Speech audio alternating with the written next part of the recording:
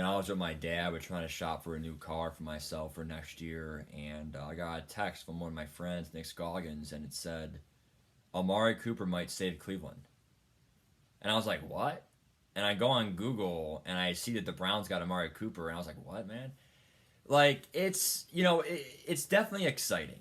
It's exciting that we're able to get a sizable upgrade enough where it is an upgrade from Landry to Cooper, and Landry now is gonna go, and Jarvis Landry will always have a place in my heart, but he is on his last year of his contract. He's due 14.5 million or 14 mil, and I just don't think he's worth that much money. I would say maybe like 10, 12 mil. Like if he restructures his contract to say I want to be here, we'll do it. But I'm not the owner. It's not my decision. It's not, I'm not Landry, right? I'm a fan. So it's like, I feel like Landry's worth 10 million. I feel like that extra 4 mil is like it's not worth it. I think that 4 mil could be used for like towards a linebacker or someone else, whatever, even like a better corner, whatever. So it's like, dude, Amari Cooper for a fifth rounder, like a fifth round pick's nothing, dude. Like fifth, sixth, seventh round picks, it's all backups. If you're saying that you're gonna get a starting player in the fifth round, it's pretty rare. Obviously, Richard Sherman, fifth round pick, other stories, fine. Sell it to me that it matters, fine, go ahead. But fifth round picks, dude, I feel like that is a worth it deal to try out Amari Cooper. He turns 27 soon, it's not really too old. He's still kind of just getting out of his rookie deal, for crying out loud. So it's like, dude, I just feel like, honestly, like, it's worth it. We're giving it a try. I love what Cleveland did. The AFC is going crazy right now. The NFC is just selling.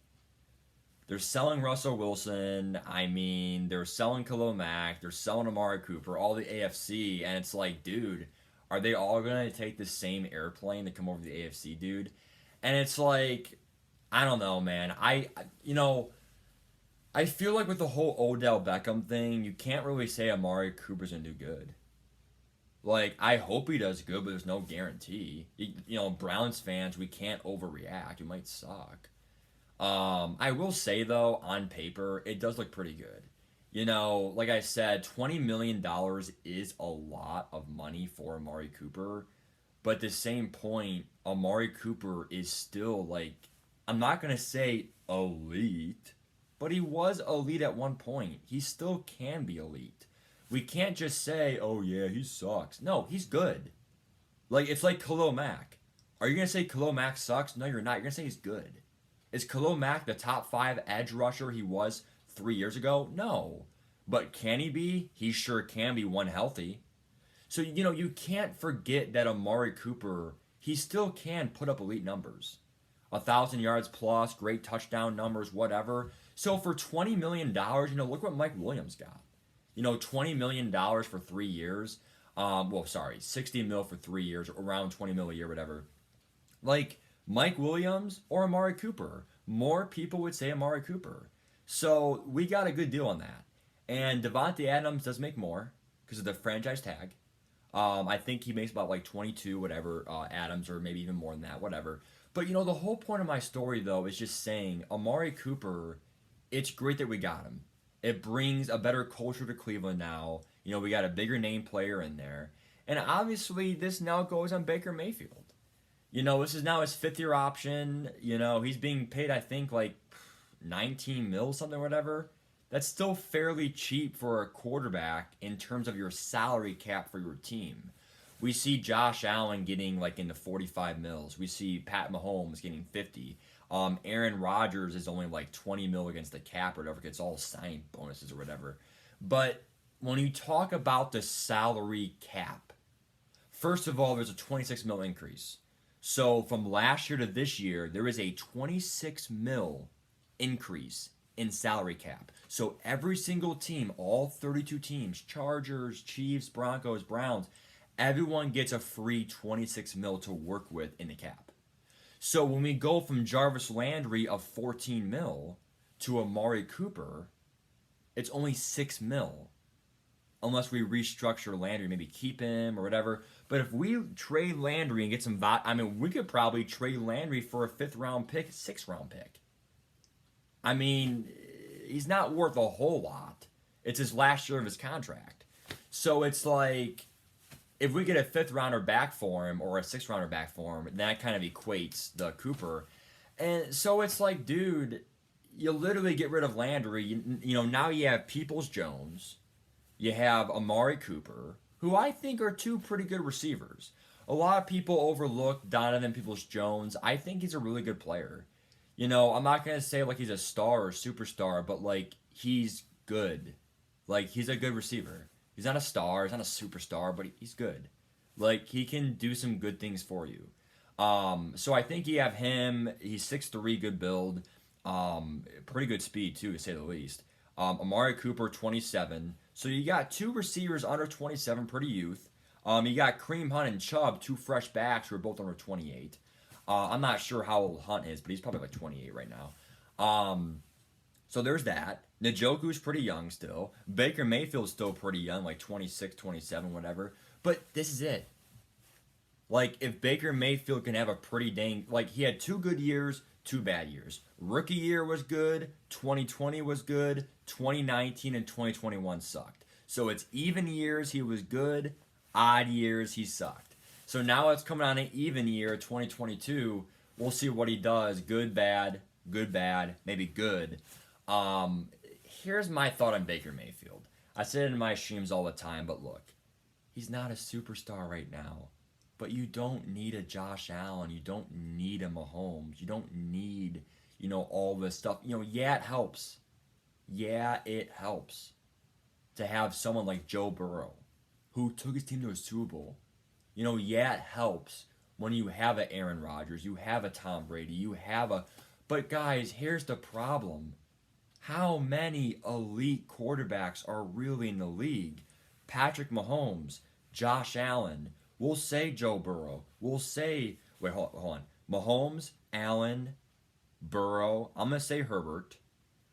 That's 4, because Herbert, even if you don't think he's elite, he's still so young. I mean, come on, dude. Only 2 years in the league, so much to grow, him and Burrow. I mean, dude, Aaron Rodgers, but he's old. Dak Prescott, between Dak Prescott and Lamar Jackson, those are 2 swing votes. People say he's great or elite. They are great. Prescott and Lamar are great, but are they at that elite tier of top 5? It's borderline fringe. But there's only 5 elite. In my rankings, it's hard to get an elite quarterback on your team. Elite. And, when everyone says, oh, Baker Mayfield, on a scale of 1 to 5, 5 being elite, we'll say on a scale of 1 to 6. Okay? 1 being, unusable, 2 being bad, 3 being average, 4 being above average / good. Now, we'll say above average. And then 5 being great. And then 6 being elite. I would probably say Baker Mayfield right now is in between 3 and 4. He's in between average and good. You can still say Baker Mayfield has upside. Because he has 2 years good, 2 years bad. You can't just say he's bad. You can't just say he's like Dwayne Haskins, Sam Darnold. You can't say that he's give me a rookie quarterback when he's even Tua. I would take Baker over Tua right now. Now that is a bold take because I know a lot of people do like Tua here and there. But it just shows you is Tua bad? Not really. But is he great? No. That's kind of how Baker is. Baker and Tua are in the same freaking rank. They're a 3.5 out of 6. It's dude, you can't give Baker I just see the worst shit of Baker Mayfield. Yeah, he had a bad year. Yeah, I understand this is it. I'm not gonna keep defending him and make excuses. But I'm also not gonna say he's like Sam Darnold or he's gotta go. Like Jared Goff, like he's gotta go. Like that's not what it is. Like it's just not what it is. Now I will say Carson Wentz does give me some Baker vibes because Carson Wentz had like 2, 3 good years. Hell, he had almost elite years. Now Baker Mayfield never really had elite years, but I would say he had good years. So I don't know, man. Like it's tough. Like what do you want me to say? You know, just oh fuck you, Baker. Like I get it. Baker had a bad year last year, but I'm very optimistic that if he comes back this year and he at least has an above average year, like we'll say a top 16 quarterback, top half in the league, that's all you need in the NFL to win. If you have a good supporting cast, you have a pretty good defense, Myles Garrett, Denzel Ward, whatever. Like you just need a top half quarterback. Don't get these 3 interceptions a game, which he had last year. Last year he had 2, 3 picks a game. So including 4 versus the Packers and 4 versus the Ravens, which cost us the game. So we'll talk about Baker more later. But you get rid of Landry, it's only $6 million difference, but that $6 million goes into the $26 million increased cap. So yeah, Cooper's expensive, but the Browns have the cap room to back it up. They restructured. I believe it was Hooper. No, it wasn't Hooper. It was Conklin. They restructured Conklin's contract, so he's a bit cheaper.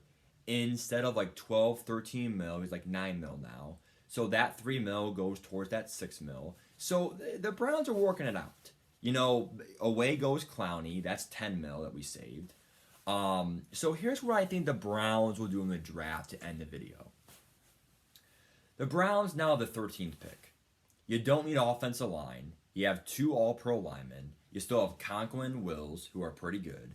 J.C. Tretter's underrated. Both your guards are all-pro. You don't need offensive line. You could draft a quarterback to give competition. Why not, right? 2 running backs are fine. Hell, even 3. Are you kidding me? Did you guys see what Dearness Johnson did for the Browns this year? We have 3 really good. We have 3 good running backs, including 2 that are borderline great, Hunt and Chubb. Wide receivers, if Landry goes, we might get like Garrett Wilson, Olave, one of those receivers. So it's either going to be a wide receiver or a quarterback with that 13th pick. Or if somehow, some way, a freak defensive player drops, I don't think they will, Hutchinson or I can't pronounce his name, Thibodeau or whatever, from Oregon. Like if you get an edge rusher to go with Myles Garrett, he's young, fresh, cheap. A cheap edge rusher is really good because when you have a great edge rusher, T.J. Watt, Garrett, Bosa, they're like $25 million a year. $25 million a year, dude. So if you get a cheap one, that'll be good for 5 years with a 5th-year option. Corners, we have Ward, we have Greedy. Greedy stepped up last year. He got a pick versus the Raiders. Greedy Williams, Denzel Ward, Greg Newsome, Troy Hill, we're fine. We have 4 corners that are all viable. They all played great. One healthy because there were some injuries this year. Okay, so when all 4 are healthy, we're good in corners. Safeties, I love John Johnson. He got like 3-4 picks for this year. I'd say a linebacker or a D end. Maybe a DT if one falls. It's one of those 4 positions. That's it. It's either going to be a quarterback, a wide receiver, an edge rusher, a linebacker, or maybe that's it.